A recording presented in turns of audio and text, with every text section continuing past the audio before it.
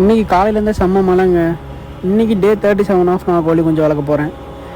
நம்ம வழக்கம் போல் காலையில் எழுந்தவுடனே போய்ட்டு மழையாக இருந்தாலும் பரவாயில்லன்னு செட்டப்லாம் போய் க்ளீன் பண்ண ஆரம்பிச்சிட்டோம். வாட்டர் ஃபீடெல்லாம் வாஷ் பண்ணி கரெக்டாக அட்ஜஸ்ட் பண்ணி எல்லாத்தையும் வச்சாச்சு. கோழிங்கெல்லாம் இப்போ 37 டேஸ்க்கு மேலே ஆகிடுச்சு. நல்லா ஹெல்த்தியாகவே இருக்கானுங்க.